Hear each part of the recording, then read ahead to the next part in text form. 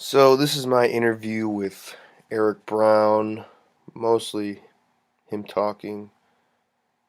Just listen to him because I sound like a droll cunt. But I really liked Eric a lot. We had a lot in common with filmmaking. I suppose maybe not as much as in common. But I liked him. He was a very genuinely nice and funny person. And I feel like he's got a long way to go. Not saying that in a negative way, but that he has a good drive, I think, for comedy. And he gave me some really good advice, and he was very genuine in his talking to me. And I don't know how to do an intro, but here is him, his talking to me. All right, man. Hey, What's Dominic. going on? This is for it was for a school project, but I'm just gonna make it my own. Where do you want me to And sit? Do you want me to just frame myself accordingly? If the sun's in your eyes, you can move over or something. I will tell you, I'm really washed out right now. Like my skin from Washed the out? sun, Oh, okay. like my face. I don't know if you. So yeah, wanna- go ahead. It might be good. That's good. Yeah, that's right. Do you like that's a decent angle? You're good with angles. Yeah. Two. Well, let's see. I don't know. Two front on might be. Well, I guess I'll be talking to you, huh? Yeah. So that might. Actually, that looks weird. I think actually this might be a good. So I'm Alright. looking off that way. I don't know. That's Are you filming right? Are we filming all right? Yeah, we're on. Oh we're boy, live. we're idiots. All right. What's up, dude? So, what made you want to get into doing comedy? I wanted to do comedy since I was little. I think probably everyone's answered you that way, and yourself too. Where it's like whenever you're a little kid and you see like Chris Farley on SNL or Mad TV or stand up the first time you understand why it's fun. Like Jerry Seinfeld when I was 10, I was like, oh, that's comedy. I understand now. I didn't understand anything, but yeah, just really growing up watching SNL, Three Stooges. Big Three Stooges kid. Like I used to stay up. This is related, unrelated at the same time. Sorry, but yeah, I remember on Saturday night on like USA or some channel, they would show like 6 episodes of the Three Stooges at midnight. And when I was like 5, I would stay up, which is a really when you're 5, midnight's late, and I would stay up and watch all of them, and then go to bed super late again, like maybe 1 or something. And I used to dream. I used to be really sad because I understood that they were all dead and that I would never meet them. And it made me actually sad in my core.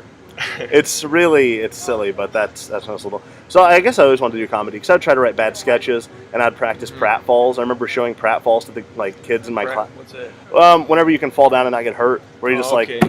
where you can just drop to the floor and not fucking smash your tailbone or Yeah. your face. So I'd work on those on carpet and do them at school when shit happened just because I always thought it was funny. So I guess that just since I was little is what made me want to get into comedy.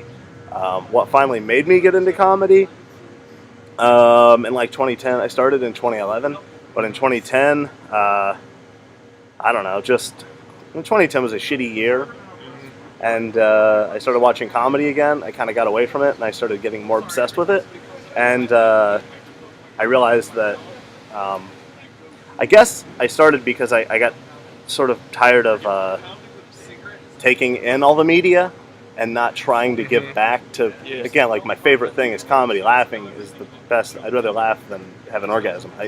Just laughing is my favorite. And so after taking comedy in for like years and years, in 2010 I finally was like, I should start writing because fuck it, why not? Why not me? And so I started writing, and then in February 2011, I did my first set. Yeah. Cool. That's a really long answer, I'm sorry. No, Ed, what you want? It's cool. But what do you want to get out of comedy? Stand up, everything. Well, let's see. Are we doing I'll give you the artsy answer first, which is to find truth, and then the real answer is that like find some universal truth, whatever. But also, if I had an ideal trajectory, if it's 20 years from now and I'm writing a book about my travels in comedy, I would say I would like to do stand up now, and then like let it lead into writing for TV or doing voice acting. Yeah. Working, I I don't know, like just leading into TV, writing, and voice acting, and still doing stand up. I hope that becomes a constant. I would like that to be a thing I always do, because there's not really anything better than that to me. But yeah, sort of like the Patton Oswalt trajectory, where full time stand up plus writing plus fucking he's got his hands everywhere. Yeah, Louis, I mean all the Bill Burr, like that generic. Really, it's a generic thing, but just be as funny as possible and let it branch into every direction. So you want to act too? Not so much acting. I would try it, but if you ended up there. Yeah, I'm an okay actor. Okay being the keyword. Yeah. Just because if I write the piece and I write it for me to do the part, then I can do it. But if you wrote a script about a gangster and gave it to me, I don't know how to. In all honesty, I don't know how to Okay, what is his motivation? It's not something I can do very well. I've tried. It's not for me. But I think I can be funny as long as Pete Holmes said it best, I think, where he's talking about himself as an actor. He said he doesn't have any range. It's pretty much just like listening to a stereo where you can turn the volume down or way up, but it's still Pete Holmes. Like, he doesn't get away from it. I feel like that's probably kind of how I am. Like, I can do okay in a very tiny little area, but there's not much range. All right. And who were your inspirations, like comedians you really like? Oh, yeah. Well, comedians I really like. I think, again, I watched what you had edited already so far, or before, and the list you had there is like, oh, yeah, all those people. Yeah. Pretty much. So, like, obviously Louis C.K., Bill Burr, Jim Gaffigan. Mitch Hedberg was my first favorite comedian. It's like an old girlfriend. But it just, like, oh, man, I love her. God. Patton Oswalt. I don't know, lots of comedians, and then also, stuff like old Simpsons, I think is actually a big even in my stand-up now, I watch old Simpsons and I get funnier on stage. Yeah. I don't understand it. I don't argue with it either. Yeah, like Sam Kinison, the old Sam Kinison special from '86 or something. Fantastic. Seinfeld. I don't know. It just endless, like a bunch of stuff, and it's the whole. It's the whole. When someone's asking you, "What kind of music do you like?" and I go, "What are your favorite bands?" and you can't list anything ever without sounding like an asshole. That's how I feel about it. It's like, well, the good ones. I like the good ones. Those guys.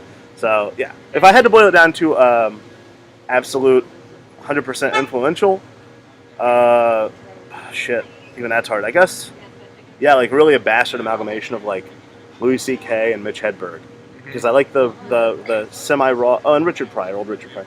But I like the way Louis C.K. handles his life on stage, where and it's shifted. I think it's funny to watch the shift in his attitude towards his own life and his family or children or whatever. It's gotten from like more angsty to like a happier place, where I think the comedy's gotten funnier because it doesn't seem so desperate to need to make it funny. Not that I'm insulting the old stuff, but I really love the old stuff. But the new stuff's gotten more casually funny. And then Mitch Hedberg just is sort of like this childlike wonder that I think everyone should hold on to. Yeah. So, I don't know. That's a really roundabout answer. Alright, and any tips, advice, whatever? Oh, God. Comedy? Let's see. For me, I've been doing it like a little over 3 years. And the first year, I wrote a bunch of elaborate bits that all happened to involve my penis. So it's just bad stuff. Not directly like saw my wiener the other day, but just like it was all about genitals and butts. Yeah. I mean, for the first 6 months, I made a rule where I couldn't write anything gross, and I didn't. I wrote all abstract stuff. It was stupid, but I just didn't go to diarrhea and coming. I was like, fuck, I ain't doing it. And so I stuck to these abstract ideas. And then after that 6 months, I relied way too heavily on dirty stuff. Yeah. And then after a year and a month or something, I threw all that out. Because I was like, this is embarrassing that I'm an adult saying these things to people. So I threw it all out. And then what I did, I started over and bombed for 6 months straight. Yeah. I wish I could really explain to you. When I say 6 months straight, I mean 6 months straight. And then, I don't know, once I quit trying to be funny, just gave up on it and just like, I'm just gonna write stuff that I like. It got better, and then it's progressively gotten better. Hopefully that keeps happening. So I would say, as far as again roundabout answer, I'm bad at being interviewed. I would say advice would be to write something honest. It doesn't have to be even like the truth, like, well, I can't say we did this when we didn't, but it has like an emotional core that is true. Yeah. So like, I don't know. I like that. I think it's the best whenever a comedian is on stage. You can tell a difference when you watch a comic who is trying really hard to hit every beat they made up versus someone who's just letting, like Bill Burr is a great example. Bill Burr, I would be hard pressed to prove that he even writes. I don't mean that negatively. I mean, whatever he's saying and feels embodies him, and he's able to channel it right out. Just completely organic, it seems like. I would say Patrice O'Neal too. Patrice, that exactly. That's a great example. Where they're from like the same camp, aren't they?